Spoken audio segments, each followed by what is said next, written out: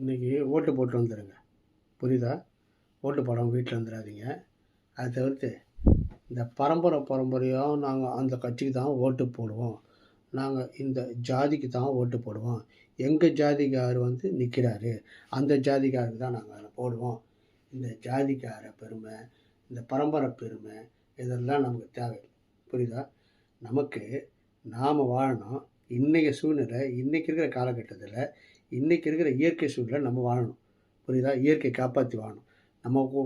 நமக்கு பிறந்த பிள்ளைங்க, நம்ம பிள்ளைக்கு பிறந்த பேரன், இதெல்லாம் நம்ம பார்க்கணும். அதை விட்டுட்டு நீ வாழ்ந்து முடிச்சுட்டு உன் பேர பசங்களாம் வாழ வேணாம், அந்த நாடு இருக்க வேணாம், அதுக்கு நீ ஓட்டு போடணும்ல. அதுக்காக நல்லவங்களை பார்த்து ஓட்டு போடுங்க. ஜனநாயக உரிமையை காப்பாற்றுங்க. புரியுதா? அதை விட்டுட்டு நீ ஜெயிக்கிற கட்சிக்கு தான் நான் போடுவேன், ஒரு ஓட்டு வேஸ்ட் ஆகிடும். இந்த கதைலாம் இங்கே வேணாம். ஜெயிக்கிற கட்சி நீ போட்டால் தான் அவன் ஜெயிப்பான். உன்ன மாதிரி 1000 பேர் நினச்சா எப்படி ஜெயிப்பான்? எப்படி நல்லவன் வருவான்? புரியுது? எப்படி நல்லவன் வருவான்? நீ ஓட்டு போட்டால் தான் வருவான். அதை விட்டுட்டு ஜெயிக்கிற கட்சிக்கு தான் போடுவேன்னு சொல்லி அவன் களவாணித்தனம்லாம் பண்ணுவான், திட்டுத்தனம் பண்ணுவான், மொல்லமாரித்தனம் பண்ணுவான். அவனுக்கு ஓட்டு போடுவியா? இது சரியா?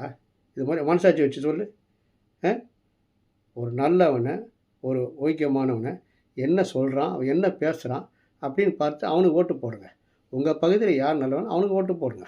அதை விட்டுட்டு இந்த கட்சிக்கு ஓட்டு, அந்த கட்சிக்கு ஓட்டு, ஜெயிக்கிற கட்சிக்கு ஓட்டு, பரம்பரை ஓட்டு, இதெல்லாம் ஏன் வேணாம். மறக்காமல் போய் ஓட்டு போட்டு வந்துடுங்க. வீட்டில் இருக்கிற பெரியவங்களை கூப்பிட்டு போங்க. பெரியவங்களை கார்லேயோ அல்லது 2 வீலர்லேயோ பைக்லேயோ கூப்பிட்டு போய் வெயிலுக்கு முன்னாடி போய் ஓட்டு போட்டு வீட்டை கொண்டாந்து விட்டுருங்க. யாரும் ஓட்டு போடாமல் விட்டுறாதீங்க.